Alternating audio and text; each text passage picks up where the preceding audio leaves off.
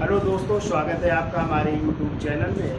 तो देखिए, आज चर्चा करनी है दिल्ली सल्तनत में। तो कल हमने जो है लोधी वंश के संस्थापक बहलोल लोधी की चर्चा की थी, और बहलोल लोधी के बाद उनके पुत्र अगले सुल्तान बन रहे हैं, जिनका नाम है सिकंदर लोधी। ठीक है, तो चर्चा करने से पहले कुछ क्वेश्चन पूछ लेते हैं, फिर इसके बाद चर्चा करते हैं। तो बताइए, जो लोधी वंश था ये कहाँ के रहने वाले थे? मूल निवास स्थान कहाँ? अफगानिस्तान के। किस घाटी के रहने वाले थे? हेलमंद नदी घाटी से। और किस कबीले से संबंधित थे? शाहू खेल। कौन सा कबीला था? शाहू खेल का गिलजाई कबीला। तो गिलजाई कबीले से ये संबंधित थे। ठीक है, फिर हमने आपको बताया था कि बहलोल लोधी के बचपन का नाम क्या था? बल्लू। क्या नाम था? हाँ, और पिता का नाम क्या था? क्या नाम था? मलिक काला खां नाम था। ठीक है, पिता का नाम था। फिर हमने आपको बताया था इनकी माँ जो है, कहते जो इनका घर था, तो इनके घर में जो छप्पर था, क्योंकि तब तो लिंटर थे नहीं, तो कहते छप्पर गिर जाने के कारण उसी में दब गई थी इनकी माँ, और गर्भवती थी उस समय। तो कह रहे थे इस कारण जो है, जो बहलोल लोधी थे उनका जन्म हुआ था सिजेरियन पद्धति। सिजेरियन जानते हैं? ऑपरेशन द्वारा। तो ऑपरेशन द्वारा जन्म हुआ था किसका? बहलोल लोधी का। तो बहुत पूछा जाता है कि दिल्ली सल्तनत का कौन सा सुल्तान है जिसका जन्म सिजेरियन पद्धति से हुआ, यानी ऑपरेशन करना पड़ा। ठीक है, तब उसमें ये बच गए, तो इनका जो है फिर जन्म होता है। और हमने आपको कल भी बताया था, प्राचीन इतिहास में पूछा जाए कि किस शासक का या किस सम्राट का जन्म जो है सिजेरियन पद्धति से हुआ था, तो अशोक के पिता या चंद्रगुप्त मौर्य के बेटे बिंदुसार का नाम सुना है? उनका भी जन्म किस पद्धति से हुआ था? सिजेरियन पद्धति से हुआ था। ये आपको याद रखना है। ठीक है, फिर हमने आपको बताया था कि बहलोल लोधी ने जो है कहाँ पर आक्रमण किया था? जौनपुर पर। और जौनपुर के शासक कौन थे उस समय? महमूद सरकी को उसने पराजित करके जौनपुर को अपने साम्राज्य में मिला लिया था। ठीक है, और अपने बड़े बेटे बारबक शाह को वहां का क्या बना दिया था? सूबेदार बनाया था। ठीक है, फिर हमने आपको बताया था कि बहलोल लोधी का अंतिम अभियान था ग्वालियर। कहाँ की विजय की थी? ग्वालियर की विजय की थी। और ग्वालियर के उस समय राजा थे मान सिंह। कौन थे? तो मान सिंह ने उनकी अधीनता स्वीकार की, और बदले में क्या दिया? 80 लाख टन या 80 लाख मन, सॉरी, क्या 80 लाख टके, सॉरी 80 लाख टके दिए थे। ठीक है, और फिर इसके बाद हमने बताया था कि बहलोल लोधी के बारे में कहा जाता है कि जो है वो अपने जो अधिकारी थे उनको क्या कह करके पुकारता था? मनसद अली या मकसद अली, अपना पुत्र कह करके पुकारता था। और कहता है, लिखता है एक इतिहासकार जिसका नाम था, क्या इतिहासकार का नाम? अब्दुल्ला। और उसने पुस्तक लिखी है तारीख दाऊदी। उसमें लिखता है कि जब उसके सरदार खड़े रहते थे तो उनके साथ वो भी खड़ा रहता था, और जब उनके सरदार जमीन पर बैठते थे तो उनके साथ वो भी जमीन पर, यानी सिंहासन पर नहीं बैठता था, बल्कि उन्हीं के साथ बैठ जाया करता था, उन्हीं के साथ खड़ा। कहता था हम सब भाई भाई हैं, ठीक है, और आप हमारे भाई के समान हैं। तो मैं तो अब तो राजा बन गया हूँ, बाकी आप ही की तरह था। तो उनके साथ वैसा व्यवहार किया करता। फिर हमने आपको बताया था कि बहलोल लोधी ने एक सिक्का चलाया था। कौन सा? बहलोली नाम का सिक्का चलाया था, जो कब तक चलता रहा? अकबर के शासनकाल तक चलता रहा। ठीक है, फिर हमने चर्चा की थी कि बहलोल लोधी के बाद जो है उनके बेटे जो कौन बनेंगे? सिकंदर लोधी। और ये बहलोल लोधी का तीसरा बेटा है। कौन सा बेटा है? तीसरा बेटा है। इसका असली नाम था निजाम खां। तो चलिए अब इसके बारे में चर्चा कर लेते हैं। ठीक है, तो लिखिए मूल नाम इनका, देखो मूल नाम सिकंदर लोधी का मूल नाम था निजाम खां नाम। फिर इनके पिता का नाम, अच्छा उपनाम लिख लो इनका, उपनाम। इनका उपनाम था गुलरुखी।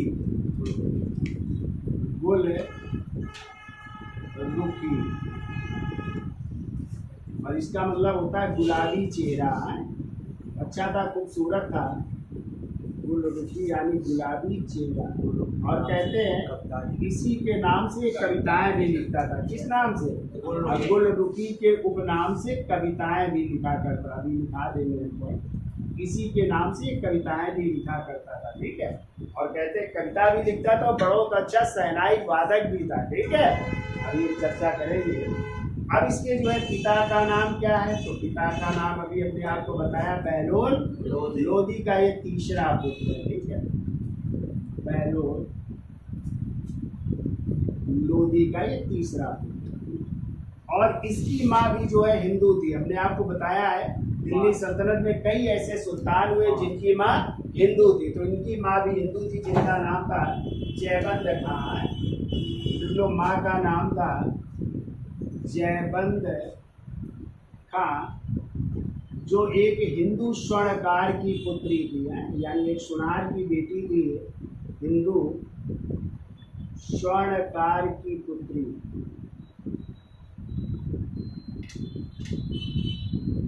तो हिंदू स्वर्णकार की बेटी थी ये, इनका नाम था जयबंद खां। ठीक है।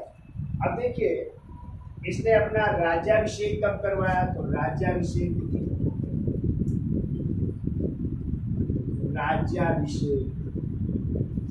जब बहलोल लोधी की मृत्यु हुई, इसके बाद राज्याभिषेक करवा रहे हैं। तो 17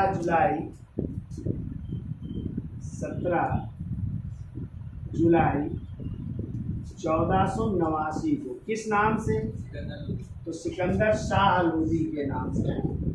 सिकंदर शाह लोधी के नाम से अपना राज्याभिषेक करवा रहे हैं। ठीक है।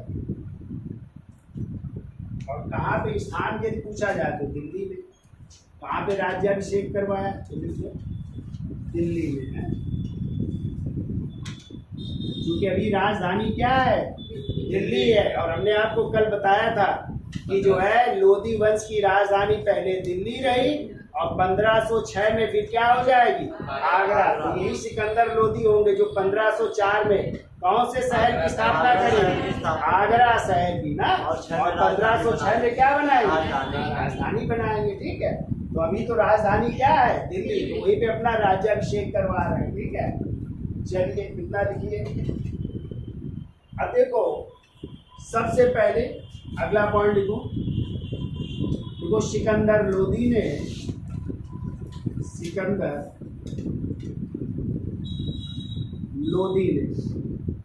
तो जौनपुर आपने पढ़ा है ना कल। तो जौनपुर के सूबेदार कौन है? इनके भाई है ना, बड़े भाई, जिनका नाम क्या है?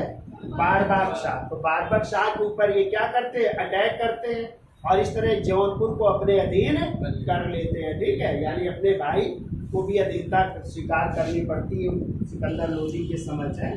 तो देखो सिकंदर लोधी ने जौनपुर को अपने अधीन करने के लिए जौनपुर को अपने अधीन करने के लिए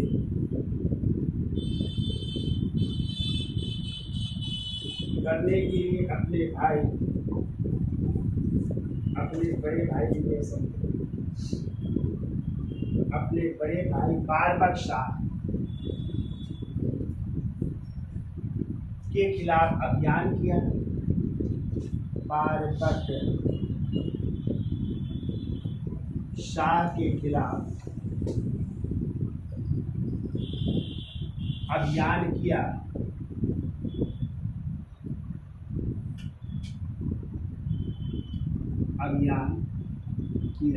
और जौनपुर को अपने अधीन कर लिया।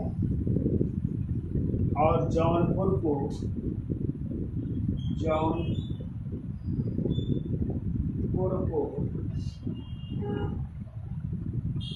अपने अधीन कर लिया।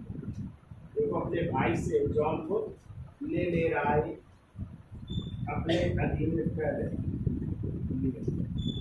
यहाँ तक समझ में आ जाएगा। क्यों भाई, क्या नाम था बचपन का? निजाम था। और ये बहलोल लोधी के तीसरा बेटा था, तीसरे क्रम का बेटा था। किस उपनाम से कविताएं लिखता था? गुलरुखी, यानी इसका अर्थ होता है गुलाबी चेहरा। कविताएं लिखा करता था। पिता का नाम क्या था?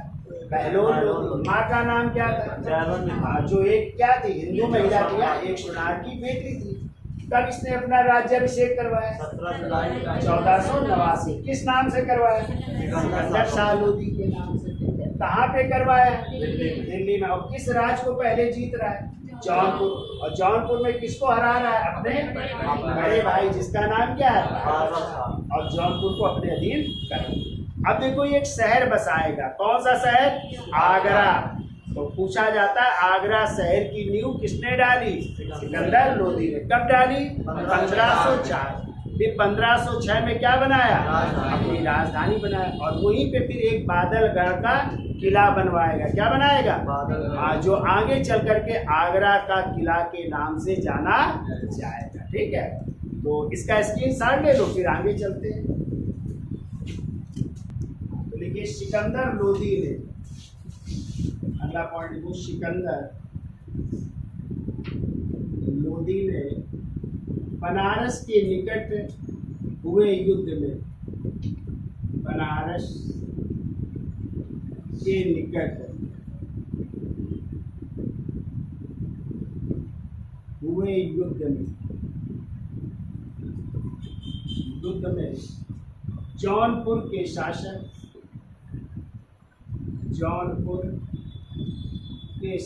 तो देखो पहले शासक कौन थे? बहलोल लोधी के समय उनके बड़े भाई, क्या नाम था उनका? बाबर शाह। अरे उनके समय महमूद सरकी थे ना, और इस समय हो जाते हुसैन शाह सरकी।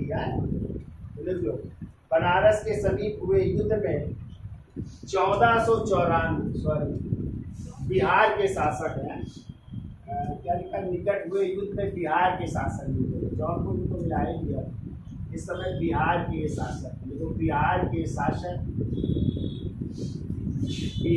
शासक हुसैन शाह सरकी, हुसैन शाह सरकी को 1494 ईस्वी में, 1494 ईस्वी में पराजित कर बिहार को अपने साम्राज्य में मिला। तो बिहार को भी मिला ले रहा है, बिहार को अपने साम्राज्य में मिला।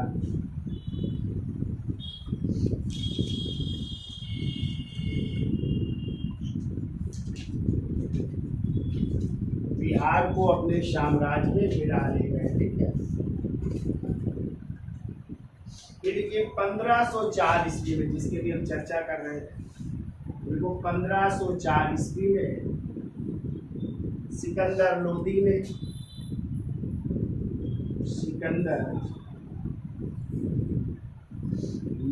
ने आगरा शहर की नींव डाली। याद रखिएगा, नींव डाल रहे हैं 1504 में है, और राजधानी कब बनाएंगे? 6 में।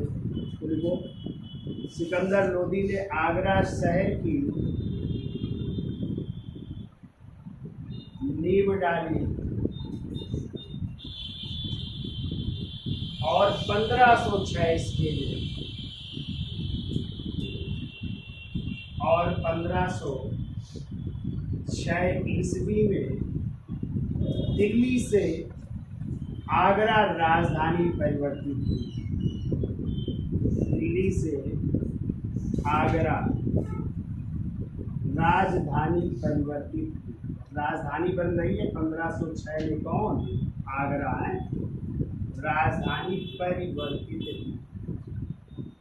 तो ये दोनों क्वेश्चन याद रखिएगा आपको कि आगरा शहर की नींव कब डाल रहे हैं? 1504 में। और राजधानी कब बना रहे हैं? दोनों याद रहेंगे। ठीक है, तो 1504 में आगरा शहर बसाया, और 6 में उसे क्या बना रहे हैं? राजधानी बना रहे हैं। ठीक है, अब यहीं पे कौन सा किला बना रहे हैं? बादलगढ़ का किला। ठीक है, कहाँ पे? आगरा में। तो देखिए अगला पॉइंट देखो, और यहाँ पर बादलगढ़ नामक किले का निर्माण करवाया। देखो, और आगरा में बादलगढ़ नामक किले का निर्माण करवाया। किले का निर्माण करवाया।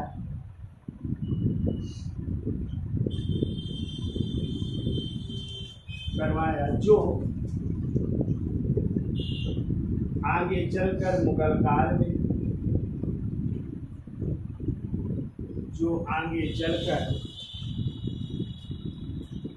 काल में मुगल काल में आगरे के लाल किले के नाम से प्रसिद्ध हुआ।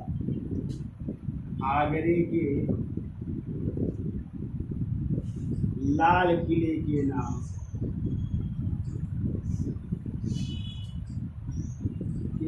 से प्रसिद्ध हुआ।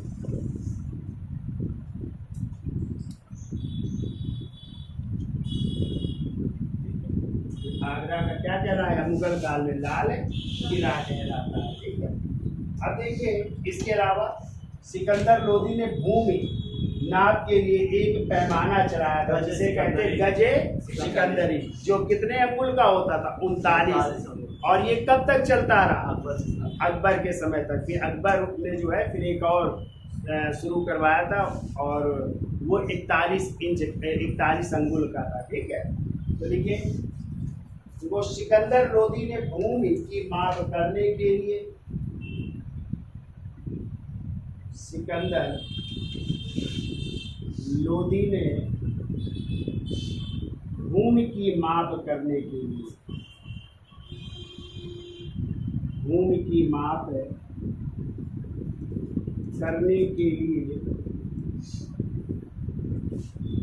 एक प्रमाणिक पैमाना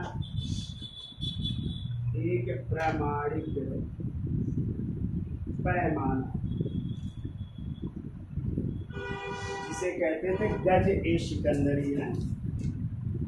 गज ए सिकंदरी एक प्रमाणिक पैमाना गज ए सिकंदरी, जो 30 इंच या 39 अंगुल का था। ठीक है। 39 अंगुल चलाया था, का प्रचलन कराया,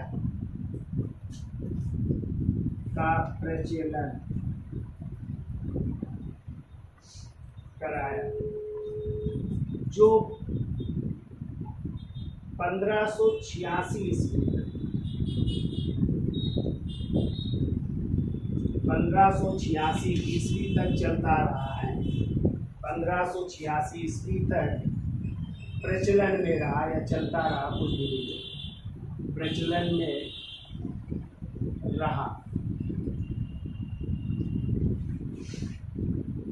लेकिन लोग इसी वर्ष वो 1586 ईस्वी में अकबर ने एक नया पैमाना चला दिया है। अकबर ने गज ए इलाही, क्या नाम था उसका? गज ए इलाही, और ये था 41 अंगुल का है। 41 अंगुल का प्रचलन किया। और 1586 ईस्वी में अकबर ने गज इलाही यानी 41 अंगुल का प्रचलन किया। तो इस तरह आ जाए क्वेश्चन कि गज सिकंदरी और गज इलाही में क्या अनुपात था, तो आप कह सकते हैं 39:41 है। 39:41 का अनुपात था। ठीक है। तो ये लिख लीजिए, इसका स्क्रीनशॉट ले लो, फिर आगे चलते हैं। तो देखिए, सिकंदर लोदी भी बहुत ही वैसे स्वभाव का व्यक्ति था। तो उसने क्या किया, हिंदू मंदिरों को तोड़वा दिया, और तोड़वा करके क्या बनवा दिया? मस्जिद बनवा दिया। और इसी कारण उसने हिमाचल प्रदेश में जो है, पीछे भी हमने बताया था, नागरकोट में ज्वाला देवी का मंदिर था, ठीक है। तो कहते हैं ज्वाला देवी के मंदिर को, मूर्तियों को तोड़वा करके उनके पत्थर जो थे मूर्तियों के जो है, उन पत्थरों को जो है कसाईयों को दे दिया मांस तौलने के लिए। इतना कट्टरवादी था। तो आपने देखा होगा जितने भी सुल्तान हुए हैं, चाहे मुगल बादशाह हुए हैं, जो हिंदू माँ से उत्पन्न हुए वो ज़्यादा कट्टरवाद रहे, ठीक है। इस्लाम को ज़्यादा उन्होंने मान्यता प्रदान की थी। ये भी देखो माँ हिंदू है इनकी, फिर भी क्या कर रहा है, हिंदू मंदिरों को तोड़ रहा है, उनकी जगह मस्जिद बनवा रहा है। नागरकोट के ज्वाला देवी की मंदिर की मूर्तियों को तोड़वा करके कसाईयों को दे रहा है, क्या तौलने के लिए, आगे मांस तौलो इससे, पत्थरों से, ठीक है, मूर्तियों से। ऐसा किया। इसके अलावा इसने जो है, जो मुहर्रम नहीं होते थे इस्लाम धर्म में, ताजिए निकाले जाते थे, मुहर्रम निकाले जाते थे, उस पर इसने प्रतिबंध लगा दिया कि कोई ना तो मुहर्रम निकालेगा ना ताजिया। और जो महिलाएं जाती थी पीरों की मज़ारों में, फकीर नहीं मज़ार में चादर चढ़ाने जाती बहुत सी महिलाएं, उस पर भी इसने प्रतिबंध लगा दिया कि कोई भी मुस्लिम महिलाएं ना तो पीरों की मज़ार जाएगी, ना किसी फकीरों की मज़ार में कोई नहीं जाएगा, सब पे प्रतिबंध लगा देता है, ठीक है। तो इतना ये कट्टरवाद जो है सुल्तान है। तो लिखिए, देखो सिकंदर लोदी ने हिंदू मंदिरों को तोड़कर, सिकंदर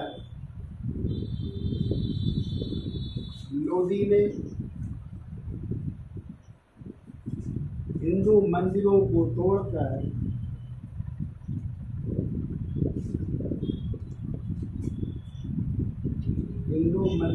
तोड़कर मस्जिदों का निर्माण करवाया,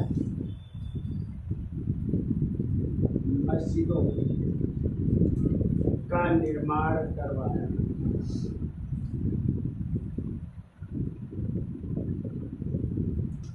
मस्जिदों का निर्माण करवा रहा है, ठीक है।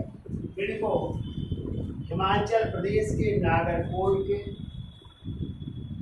हिमाचल प्रदेश के नागरकोट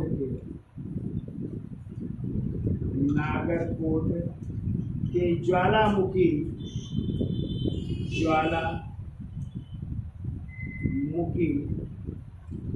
मंदिर की मूर्तियों को तोड़कर,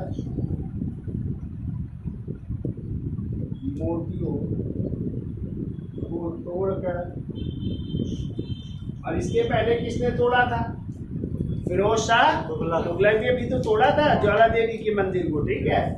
तो क्या लिखा, मूर्तियों को तोड़कर किसको बांट दिया, हाँ, तोड़कर उसके टुकड़ों को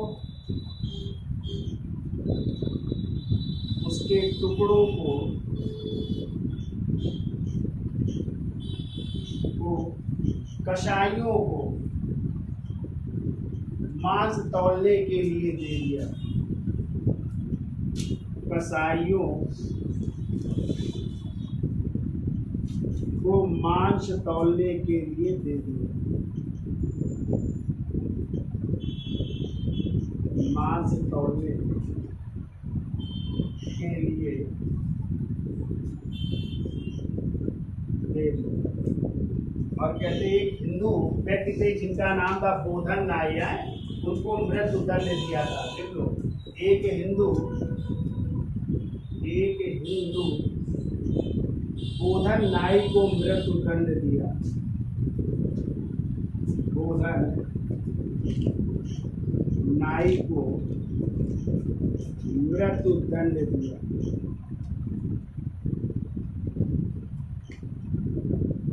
इतना सख्त सुल्तान था, कट्टरवाद था, ठीक है।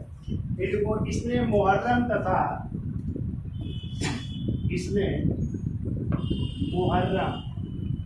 मनाते हैं ना, मुहर्रम तथा ताजियों पर प्रतिबंध लगाया, ताजियों पर प्रतिबंध लगाया।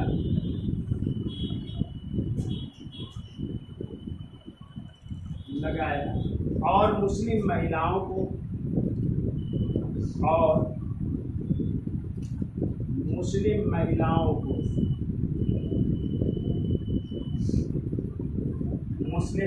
को किसके यहाँ पीरों और मज्जारों की जो दरगाह थी ना, वहाँ पर जाने पर प्रतिबंध लगाया। ठीक है, उनको और मुस्लिम महिलाओं को पीरों और संतों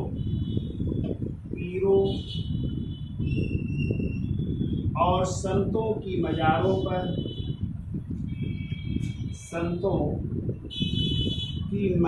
पर जाने पर प्रतिबंध लगाया।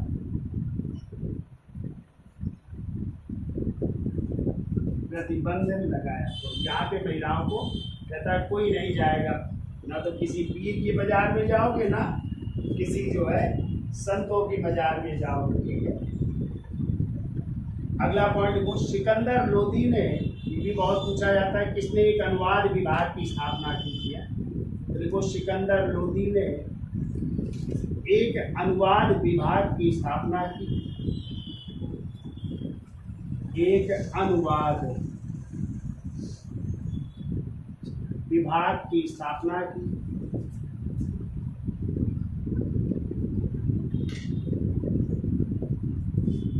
अनुवाद विभाग की स्थापना कर रहा है और कई पुस्तकें जो है अनुवादित भी की जा रही है, तो उन्हीं में से लिख लो।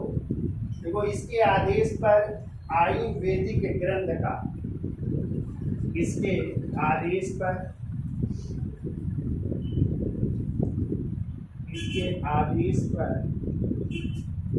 एक आयुर्वेदिक ग्रंथ,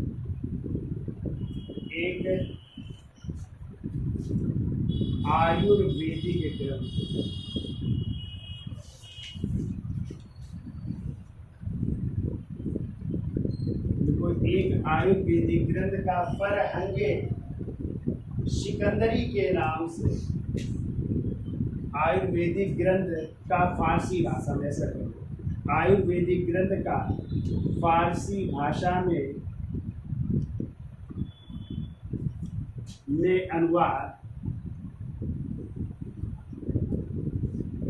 अनुवाद फरहंगे ए सिकंदरी के नाम से, फरहंगे ए सिकंदरी के नाम से आयुर्वेदिक ग्रंथ है, फरहंगे सिकंदरी। ठीक है, फिर एक गान विद्या का भी ग्रंथ का अनुवाद होता है, लज्जत सिकंदरी के नाम से है। तो देखो पहले ये आयुर्वेदिक ग्रंथ का फारसी भाषा में अनुवाद फरहंगे सिकंदरी के नाम से, तथा गान विद्या, आगे जोड़ लो, तथा गान विद्या, या कह सकते हैं संगीत के श्रेष्ठ ग्रंथ, संगीत के श्रेष्ठ ग्रंथ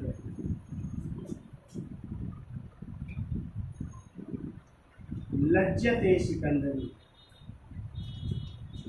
लज्जत ए सिकंदरी के नाम से अनुवाद हो रहा है।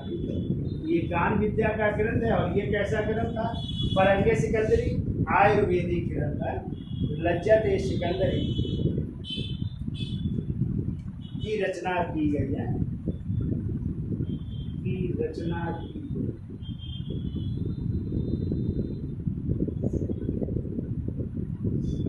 आयुर्वेदिक ग्रंथ फरहंगे सिकंदरी है और संगीत का ग्रंथ कौन सा है? लज्जत सिकंदरी की रचना की। ठीक है, अब सिकंदर लोदी किस नाम से कविताएं लिख रहा है? बोले रुखी के नाम से फारसी में कविताएं लिखता था और बहुत अच्छा शहनाई वादक भी था। शहनाई देखा तो अच्छा शहनाई वादक भी था। इसकी साल ले लो, इसका आगे चलते हैं। देखिए सिकंदर लोदी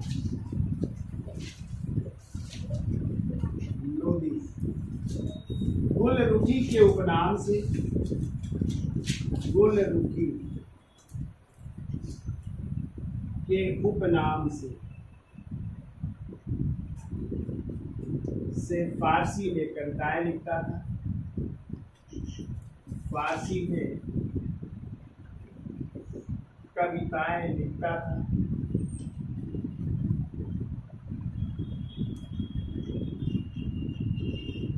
तथा शहनाई सुनने का बहुत शौकीन था। तथा शहनाई सुनने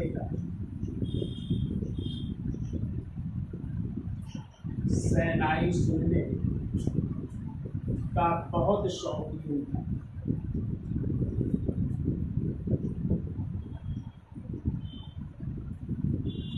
शहनाई बहुत सुना करता था, तो ये इसकी आदत है।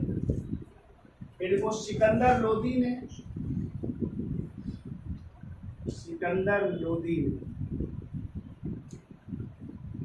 तांबे का टका जारी किया, जैसे मोहम्मद बिन तुगलक ने जारी किया था ना, तांबे का टका जारी किया। वैसे तो टका जो है चांदी का सिक्का हुआ करता था ना, इसमें तांबे का क्या चला है, टका जारी किया। और पुनः सैनिकों का हुलिया व चेहरा लिखने की प्रथा और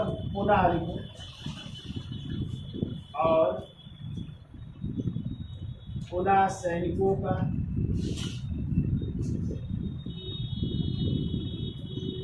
हुलिया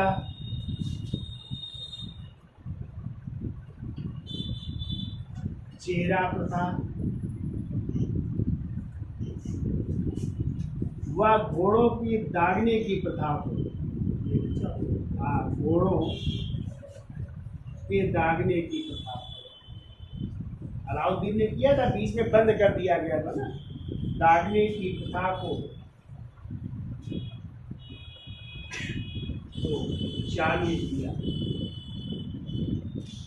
ये कार्य भी कर रहा है सिकंदर लोदी, यानी सैनिकों का हुलिया प्रथा, चेहरा प्रथा और घोड़े दागने की प्रथा को जारी रखा। ठीक है। फिर वो सिकंदर लोदी ने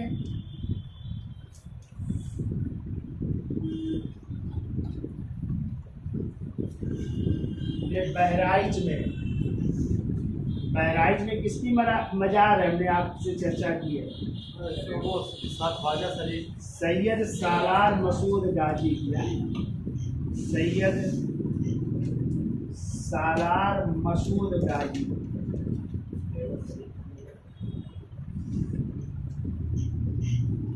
बहराइच में सैयद सालार मसूद गाजी की दरगाह में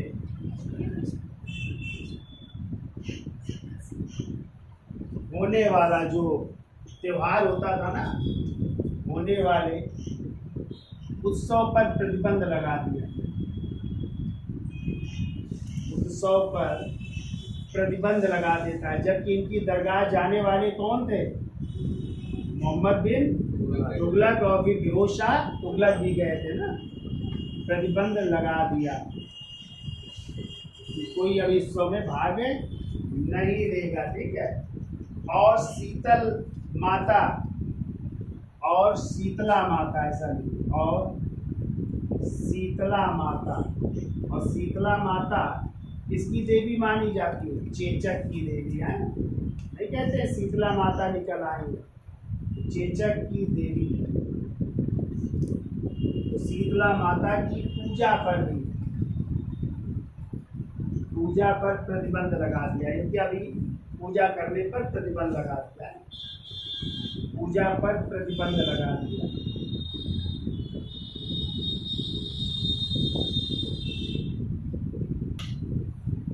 पूजा पर भी प्रतिबंध लगा दिया जा रहा है। ठीक है। फिर वो सिकंदर लोदी ने, जल्दी ये सर आ गए क्या, वो सिकंदर लोदी ने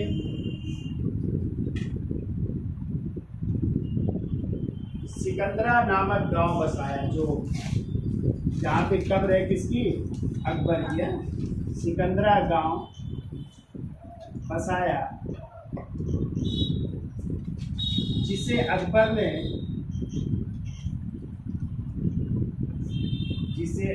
ने बाहिस्ताबाद नाम दिया। बाहिस्ताबाद नाम रखा है अकबर ने, नाम इसका बाहिस्ताबाद, लेकिन आज भी ये सिकंदरा के नाम से जाना जाता है, जहाँ पे अकबर की कब्र है। ठीक है, फिर को सिकंदर लोदी ने खाद्यान्नों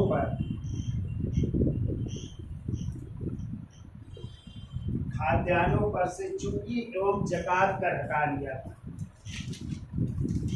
चुंगी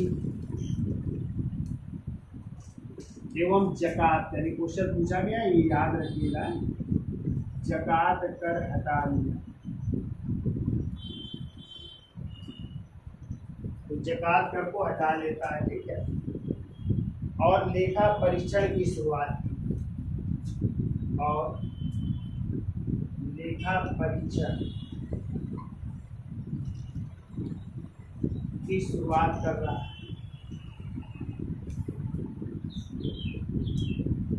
लेखा परीक्षण की शुरुआत की है। फिर लिख लो, कोई सिकंदर लोदी अपनी खूबसूरती बनाए रखने के लिए, खूबसूरती से बनाए रखने के लिए